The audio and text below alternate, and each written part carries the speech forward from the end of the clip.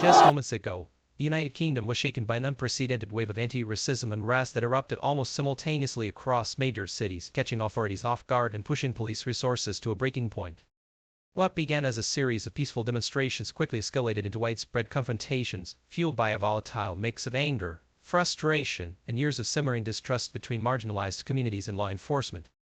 Reports confirm that clashes have taken place in London, Manchester, Birmingham, Liverpool, Bristol, Sheffield, Leeds, Glasgow, Cardiff, Leicester, and Newcastle, making this one of the broadest waves of coordinated civil unrest the country has seen in recent years.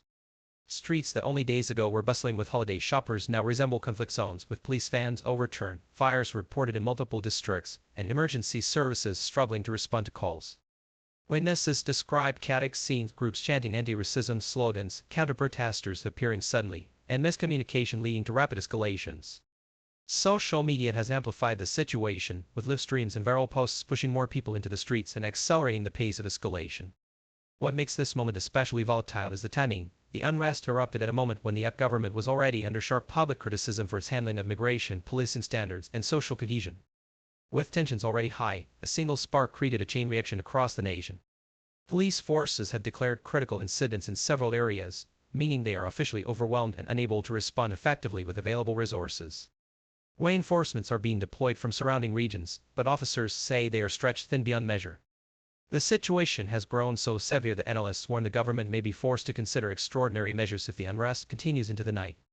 For many citizens watching from their homes, the speed and scale of today's eruption signals something deeper than a protest. It reveals a nation confronting unresolved fractures in identity, justice, and leadership.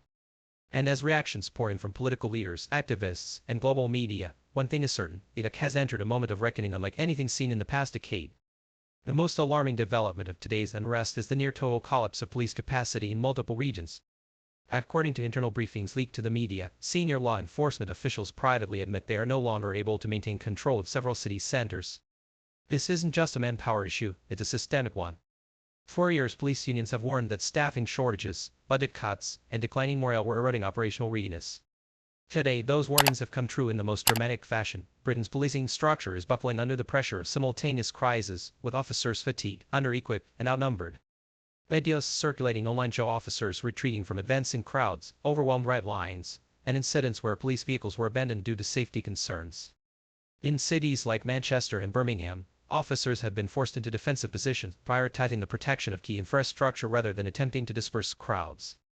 Tactical advisors are reportedly urging commanders to avoid escalation, recognizing that the current force levels cannot sustain prolonged confrontation without risking severe injuries. Meanwhile, emergency call centers have been flooded with tens of thousands of calls, many of them reporting violence, vandalism, or requests for evacuation.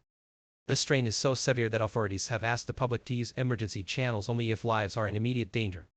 The situation also exposes deeper structural weaknesses. Police recruitment has struggled for years, driven by low pay, high burnout, and rising public scrutiny. Many officers feel unsupported by political leadership, while communities feel unfairly targeted by policing practices, creating a vicious cycle of mistrust. When unrest erupted today, instead of acting as a stabilizing force, the system revealed its fragility. Some analysts argue that what we're witnessing isn't simply a one-day crisis, but a breaking point in a policing model no longer fit for the pressures of a rapidly changing society. What makes this collapse even more concerning is that intelligence reports suggest more demonstrations are planned for the coming days, potentially involving even larger crowds. If police capacity is already broken on day one, what happens next? Calls are increasing for government intervention, military support, or emergency regulation steps that could redefine the relationship between state and citizen for years to come. The ERUPTS internal security framework is being tested in real time, and the outcome of this test will shape national policy long after today's chaos subsides. To understand today's massive unrest, we need to look at the chain of events that build up pressure over years. While the immediate trigger may appear to be a high-profile racial profiling incident now viral online, the roots extend far deeper.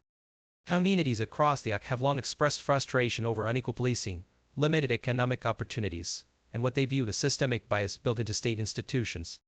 For many, today wasn't a spontaneous outburst, it was the unavoidable release of pressure that had been rising with every unresolved incident.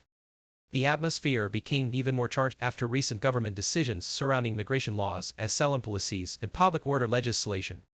These policies have been widely criticized by activists who argue that they exacerbate social divides rather than address them. At the same time, public trust in political leadership has weakened, with widespread perception that the government prioritizes political optics over community well-being. When the viral incident occurred, showing what many describe as an unjust, racially motivated confrontation, emotions reached a boiling point. Overnight, social media transformed into an organizing hub where frustration quickly consolidated into mass mobilization. Complicating matters further, misinformation spread rapidly. Multiple fake reports, edited videos, and anonymous social media accounts contributed to panic, anger, and confusion. In some cases, misinformation created problems where none existed, drawing people into the streets based on false alarms. This digital acceleration of unrest is now a major focal point in government briefings as officials scramble to differentiate legitimate grievances from manipulated narratives spread by unknown actors. Many experts argue that the unrest is the symptom of a broader identity crisis facing a nation navigating demographic change, political fragmentation, and deepening divides between governing institutions and the people they claim to serve. Today's events highlight unresolved tensions between multiculturalism and nationalism, between law and order politics and community-driven justice movements, and between historical narratives of British unity and the lived reality of inequality. This convergence of grievances created the perfect storm, one that erupted not in one city, but across an entire nation within minutes. As the unrest spread across cities, all eyes turned to Prime Minister Keir Starmer and his government to provide clarity, leadership, and immediate solutions. But critics argue that the official response has been slow, fragmented, and lacking the urgency the situation demands. Starmer's first statement, released just over an hour ago, called for calm and condemned the violence, but many activists feel his words failed to address the underlying issues. Meanwhile, opposition parties are already framing today's crisis as evidence of broader government failure, describing the unrest as a predictable result of ignored warnings and the outcome of leadership disconnected from the people. Within Downing Street, insiders report that emergency meetings are underway, involving cabinet members, intelligence officials, and representatives from major police departments. Discussions reportedly include potential curfews, deployment of specialized units, and even in extreme scenarios, limited military assistance for logistical support. Starmer faces a critical test. If he responds too aggressively, he risks escalating tensions and appearing authoritarian. If he responds too softly, he risks losing public confidence and allowing unrest to intensify. Beyond immediate crisis management, the government is being pressured on deeper structural questions. How will it rebuild trust with communities who feel marginalized? How will it address racial inequality within policing? How will it reform a security system that has now proven incapable of handling nationwide unrest? These questions are not just political, they are moral, social, and historical. The government cannot simply extinguish today's fires, it must respond to the reasons those fires ignited. Adding to the pressure, the international community is already reacting. News outlets across Europe and the US are framing the UK as a nation struggling to manage multicultural tensions. Human rights organizations are calling for an independent investigation into the events leading up to today's unrest. Meanwhile, financial markets show early signs of unease, with investors concerned about internal instability affecting economic forecasts.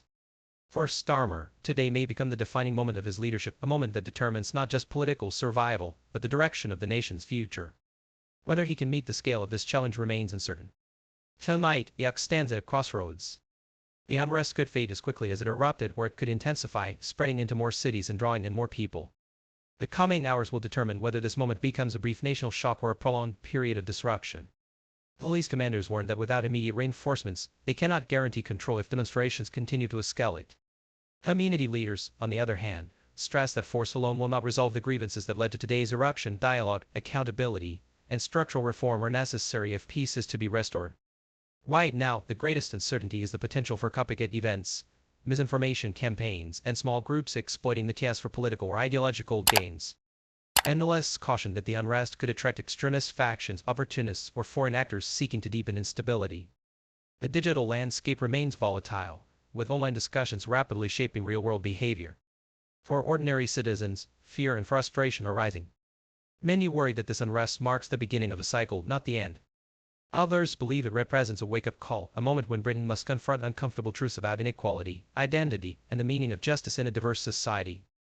The question is not only how the nation moves forward, but who leads that process, the government, the communities, or a combination of both. One thing is certain, the unrest has revealed deep fractures that cannot be ignored.